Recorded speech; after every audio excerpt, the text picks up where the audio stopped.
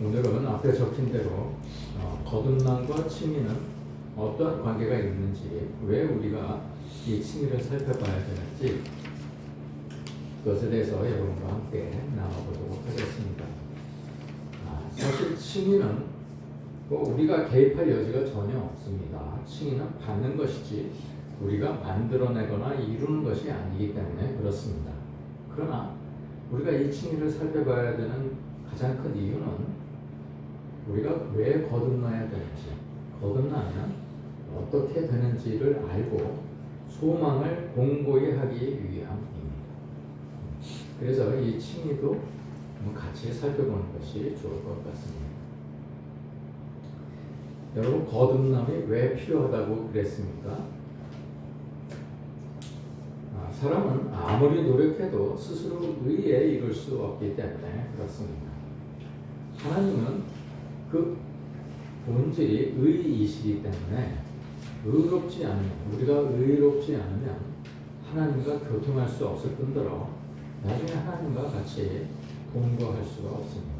그가 내 안에, 내가 그 안에 거할 수가 없다는 얘기입니다.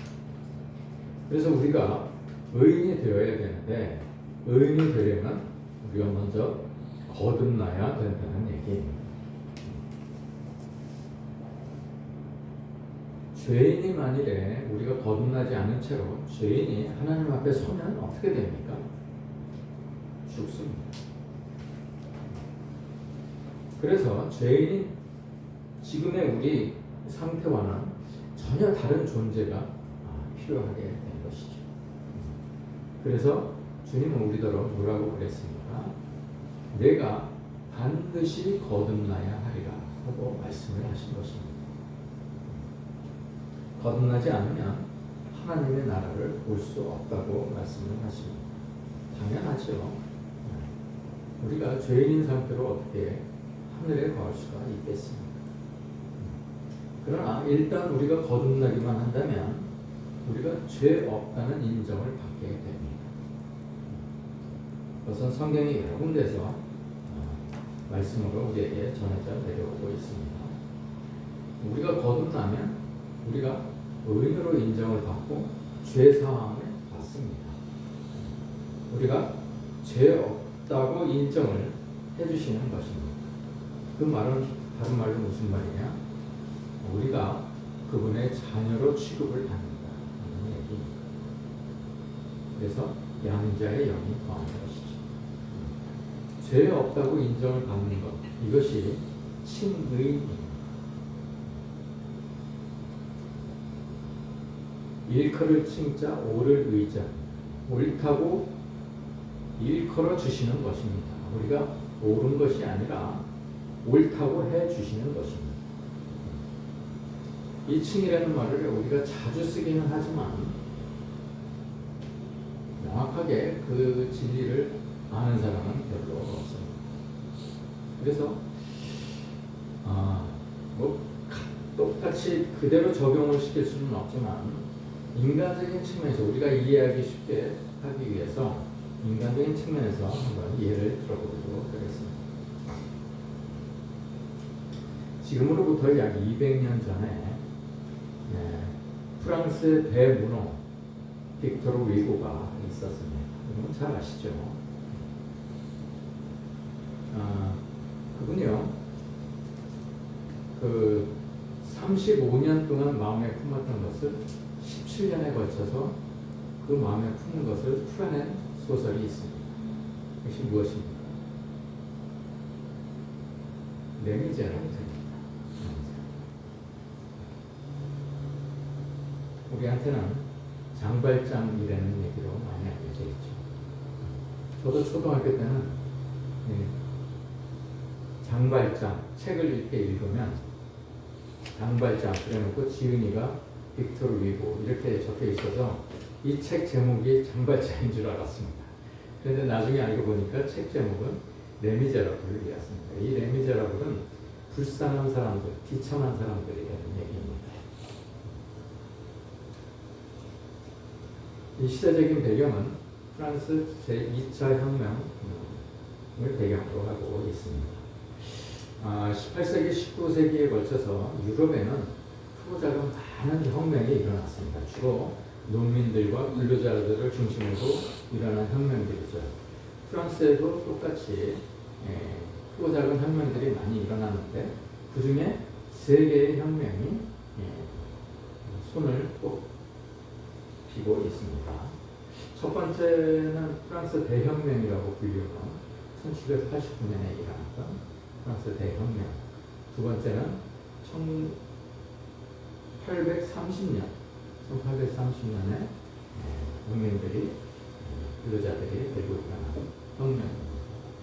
세 번째 혁명은 1848년에 일어난 혁명을 얘기하는 거죠. 유럽의 모든 나라들이 크고 작은 여러 가지 혁명이 일어났습니다. 그때 우리나라는 어땠습니까? 잠자고 있었습니다. 서로 제주머니 채우려고 지금과 똑같습니다. 제주머니 채우려고 혈안이 되어 있을 때였습니다. 그래서 서로 물고 뜯고 싸우던 그런 때였습니다. 돈 있는 사람이 남의 죽이는 것까지 해주고 이런 비참한 나라가 이렇게 세계에서 인정받는 나라가 되었던 것은 이게 참 하나님의 은혜가 아니면 설명할 길이 없습니다. 요즘에 영화들을 보십시오. 요즘 영화들 만들어진 영화들을 보면 한국 얘기가 많이 나옵니다. 어떤 사람은 내가 한국 전에 미국 영화들, 유럽 영화에서도 많이 나옵니다. 한국 전에 상향사입니다. 한국에 있는 조직하고 싸우는 거, 뭐 이런 얘기들이 많이 나오더라고요. 그만큼 한국의 위상이 달라졌다는 얘기죠.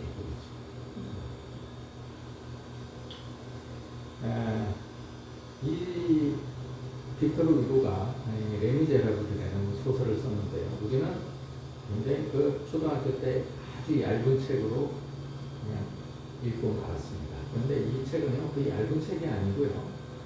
무려 한 2,500페이지에 이르는 방대한 책입니다. 엄청나게 장편 소설인데 우리가 보통 500페이지 정도 넘어가면 장편 소설이라고 하는데 이 소설은 2,500페이지에 이르는 아주 방대한 소설입니다. 이 소설은요, 부모를 일찍 여긴 장발장이라는 인물이 홀로 된 누이와 그의 자녀 7명을 구현하다가 그 조카들을 위해서 조카들이 그 굶주리는 것을 참지 못해서 빵을 훔치다가 감옥에 들어가는 것으로 시작이 됩니다. 빵을 훔치다가 잡혔는데 불행하게도 그 주머니 속에는 원총이 있었습니다. 그래서 강도라는 누명을 쓰고 5년형을 받게 됩니다. 그런데 4년 정도의 복역을 마치던 때, 그러니까 추록을 1년 앞둔 때에 우연히 자기 누이의 조카들 6명이 7명 중에 6명이 행방불명이 되고 나머지 1명과 누이가 어렵게 살고 있다는 소식을 듣게 됩니다. 그러니까 이 장발장이 그 누이와 그 남은 조카 1명을 위해서 어떻게든지 내가 그들을 먹여 살려야 되겠다는 생각으로 탈옥을 하게 됩니다. 그러다가 잡히고 또 탈옥하다가 잡히고 이렇게 해가지고 탈옥하다가 잡힐 때마다 그 형이 가중돼가지고 결국은 19년이라는 세월을 감옥에서 썼게 됩니다. 그러고 나오게 되죠. 나오고 난 다음에도요, 그 전과자는 그 신분증에는 색깔이 이렇게 노란색인가? 이게 색깔이 있어가지고 전과자에는 표시가 모든 사람들에게 보여지게 그렇게 되어 있었습니다. 근데 전과자에는 신분으로 많은 천대를 받고 따돌림을 당하게 되죠. 장발장이 평소에도 그 사회에 대한 증오가 굉장히 심했던 사람인데 감옥에 출소하고 나서 또 역시 그런 그 비참한 냉대 속에서 사회에 대한 증오를 키우게 되죠. 장발장이 처음부터 좋은 사람은 아니었습니다. 아무리 사람이요 자기가 처지가 약하고 부족하다고 해서 그 사람이 무조건 선하다고 그럴 수는 없는 것입니다. 장발장이 여러 가지 누명도 쓰고 그 자베르라는 형사에게 계속 쫓기는 삶을 살게 됐죠. 자베르라는 인물은 교도소에서 출생한 사람, 죄인의 아들로 그래서 출생한 사람입니다. 근데 그 사람이 보통 이런 환경에서 자라게 되면 사회에 대한 증오를 가지고 사회에 대해서 반항하는 그러한 성격을 갖게 되는데 이 사람은 반대로 악에 대한 증오를 품게 됩니다. 그래서 악을 도무지 참지 못하고 악을 응징하는 그러한 사람으로 변하게 되죠. 경찰이 되어서 악을 응징하는 사람이 됩니다. 이후에 장발장이요 어떤 친절한 노인의 인도를 받고 미리엘 신부라는 사람을 만나게 됩니다. 이 미리엘 신부가 이 장발장을 잘 대접을 해줍니다. 꼬미를 베풀고 은식기에다가 촛대를 식탁에다가 이렇게 두고 좋은 음식을 내기도 잘 대접을 합니다.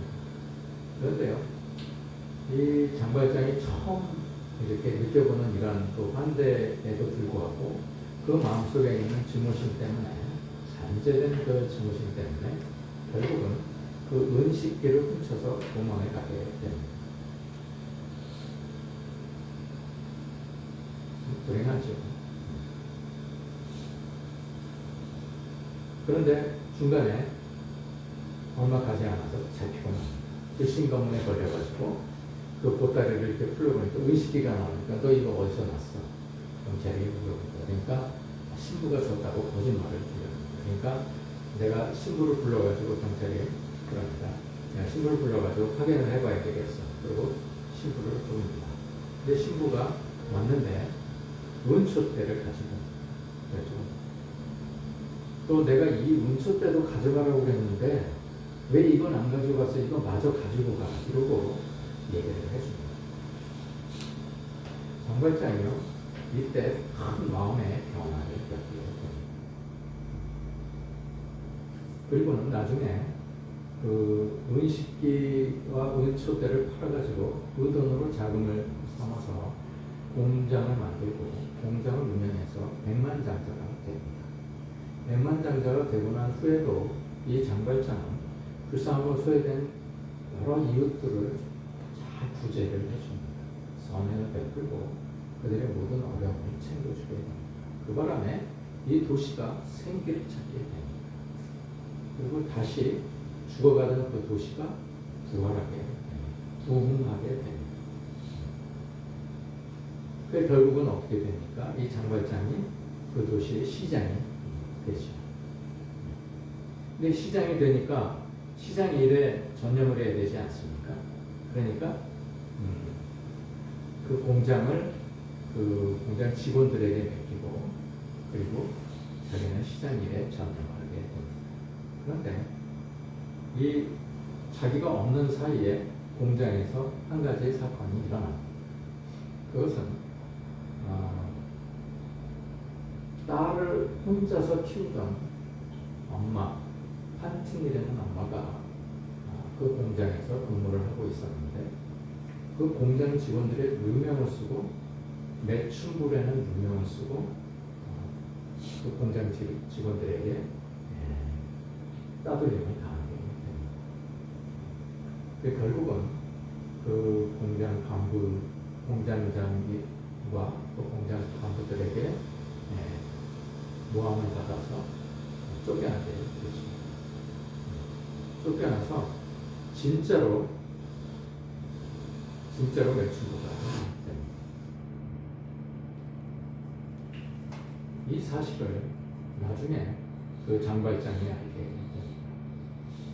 그리고 참회하는 심정으로 내가 정말 참 공장을 잘못 운영을 해왔구나. 사람을 잘못 키웠다. 이렇게 생각하고 그 판팅을 찾아가서 참회를 하고 용서를 구하게 됩니다. 그런데 판틴이 그 자기 딸을 공장에 다니면서 그 베나르띠에라는 그 부부에게 여관을 운영하는 베나르띠에 부부에게 자기 딸을 맡깁니다. 자기 양육비를 내가 매달 없이 보내줄 테니까 그 양육비로 우리 딸을 좀 잘 키워주십시오. 그리고 맡기고 가는데 그 딸을 장발장에게 부탁합니다.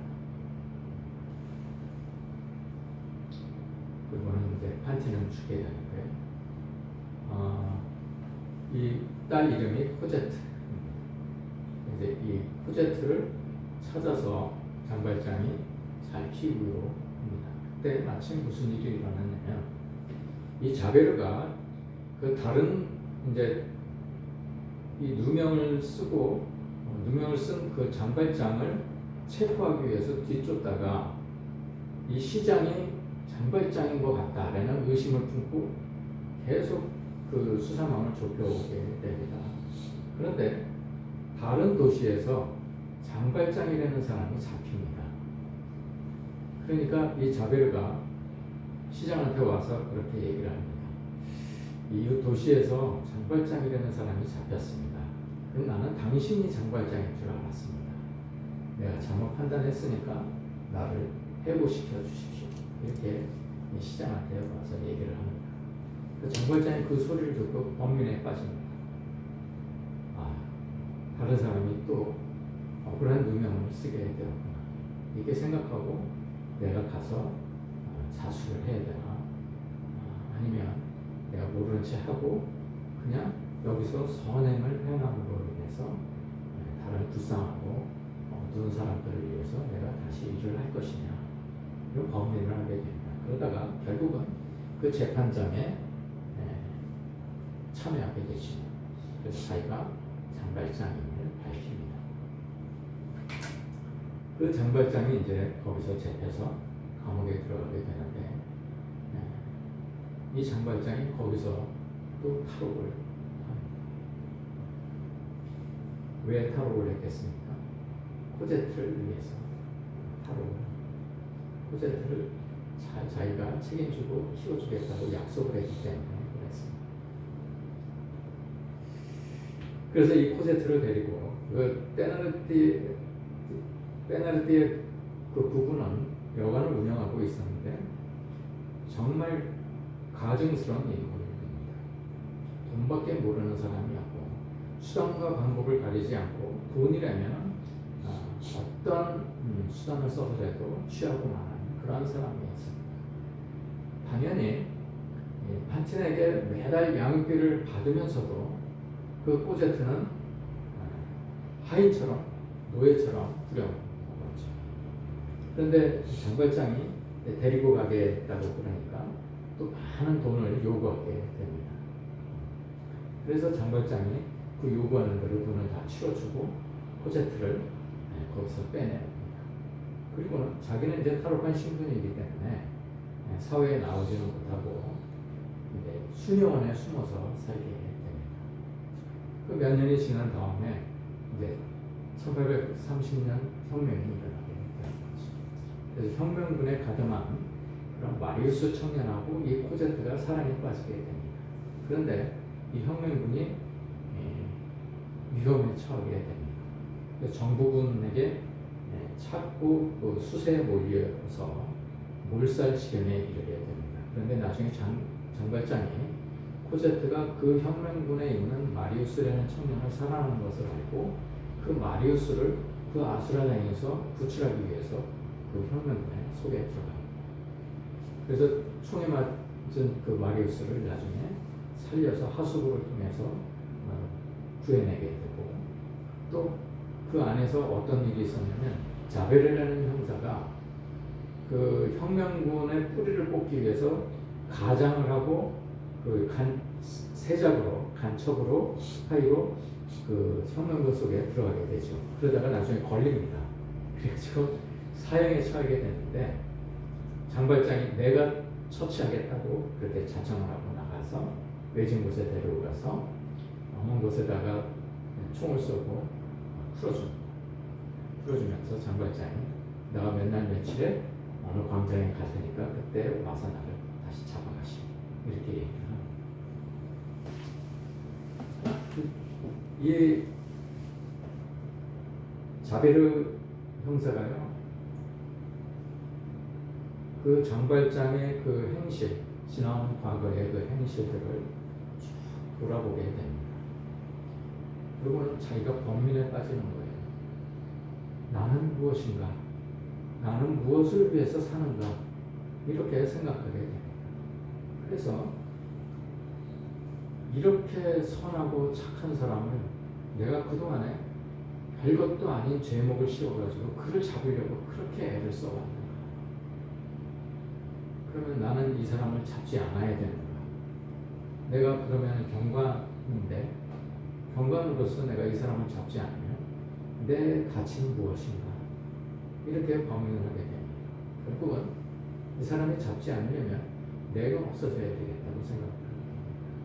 그래서 다리에서 몸을 던져서 자살을 하게 되죠.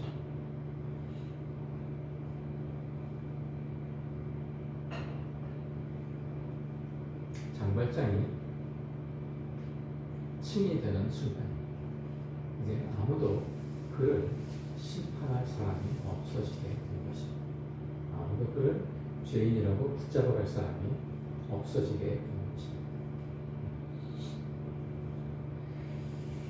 이 소설은요, 어느 착한 사람의 얘기가 아닙니다.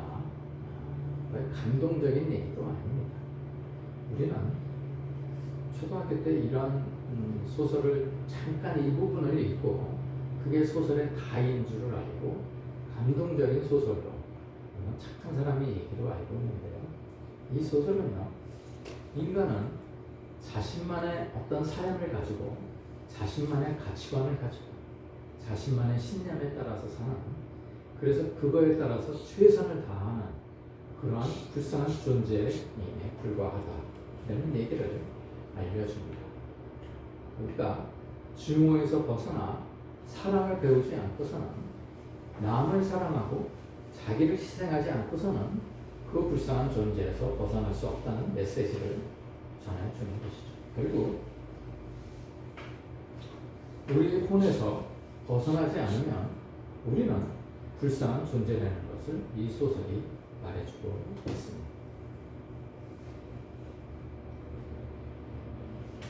이 소설이 후에도 많은 사람들에게 읽혀지고, 그리고 뮤지컬로도 많이 영화화되고 공연도 많이 하게 됩니다. 이 레미제라블이라는 소설이 많은 사람들에게 그토록 읽혀지는 이유가 무엇입니까? 소설은요, 그 당시의 시대적인 상황을 정말 적나라하게, 그 시대의 격변의 시대를 살고 있는 사람들의 군상들의 본질들을 정확하게 파악하고 잘 표현해낸 데 있었습니다. 그 소설에 나오는 장발장이랄지 판틴이랄지 자베르 그 다음에 베나르트의 부부 코제트, 다 불쌍한 사람들, 비참한 사람들이라는 얘기죠.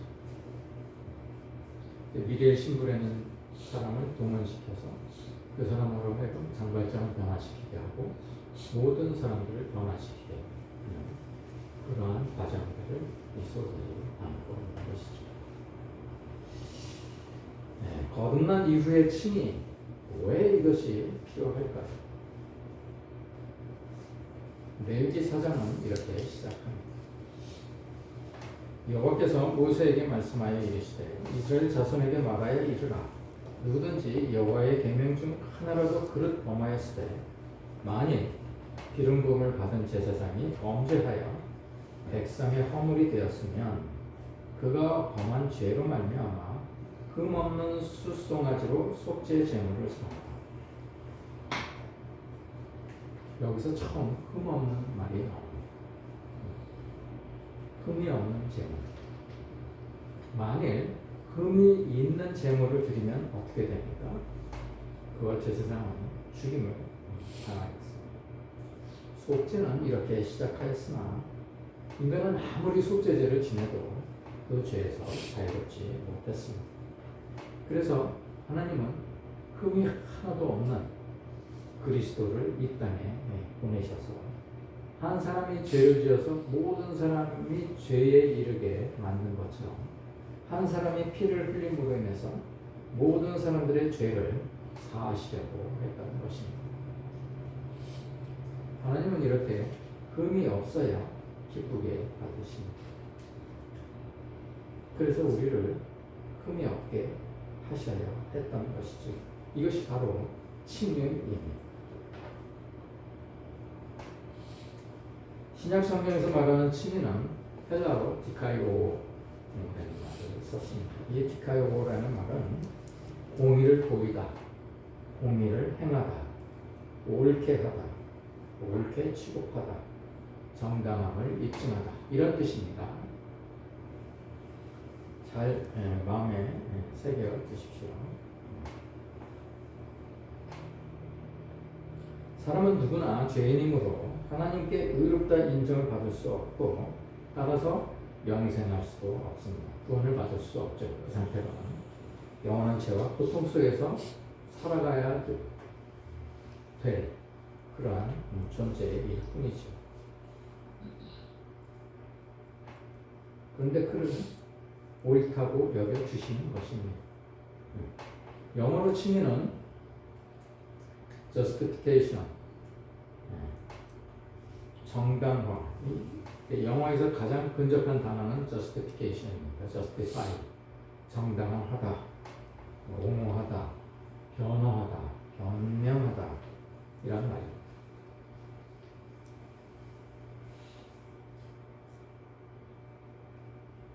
하나님께서는 죄가 없는 예수 그리스도를 세상에 보내시어 죄인들을 위해 대신 죽게 하심으로 그 예수를 메시아로 믿는 모든 사람들, 즉 그를 통해서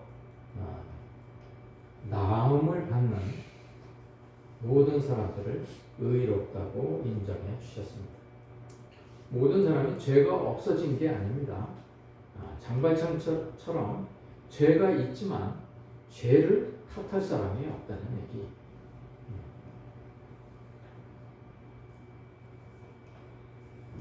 이것은 우리가 선한 어떤 행위를 해서 그렇게 칭의를 받는 것이 아니라 다만 하나님의 은혜로 의롭게 되었다고 선언을 해주시는 것이죠.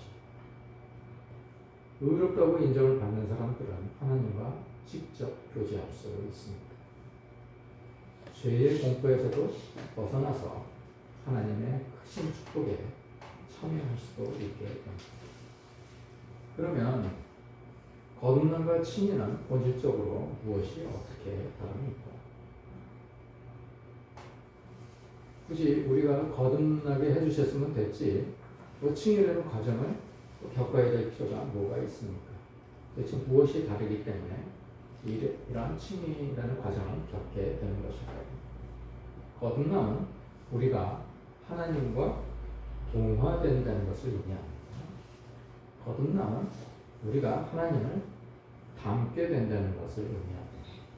그러나 칭의는 하나님과 화해한다는 것을 의미합니다. 주님이 부활하신 것은요, 주님께서 의로우신 종이심을 공식적으로 선언하신 것입니다. 그 부활을 우리는 새로운 출생이라고 부르죠. 세례가 그렇지 않습니까? 우리가 물에 잠기면 호흡이 멈춥니다. 호흡이 멈춘다는 것은 무엇을 얘기합니까? 우리가 죽는다는 것을 의미합니다. 그런데 우리가 물 바깥으로 나왔을 때 다시 죽었던 그 인생이 다시 사는 것을 의미합니다. 부활은 그런 의미를 담고 있습니다. 그래서 우리도 의로워지면 부활하게 되는 것이죠. 우리가요, 거듭나게 되면 칭의가 저절로 이루어지고 양자가 되게 됩니다. 이것은 동시에 이루어지는 일입니다. 은혜로 그렇습니다.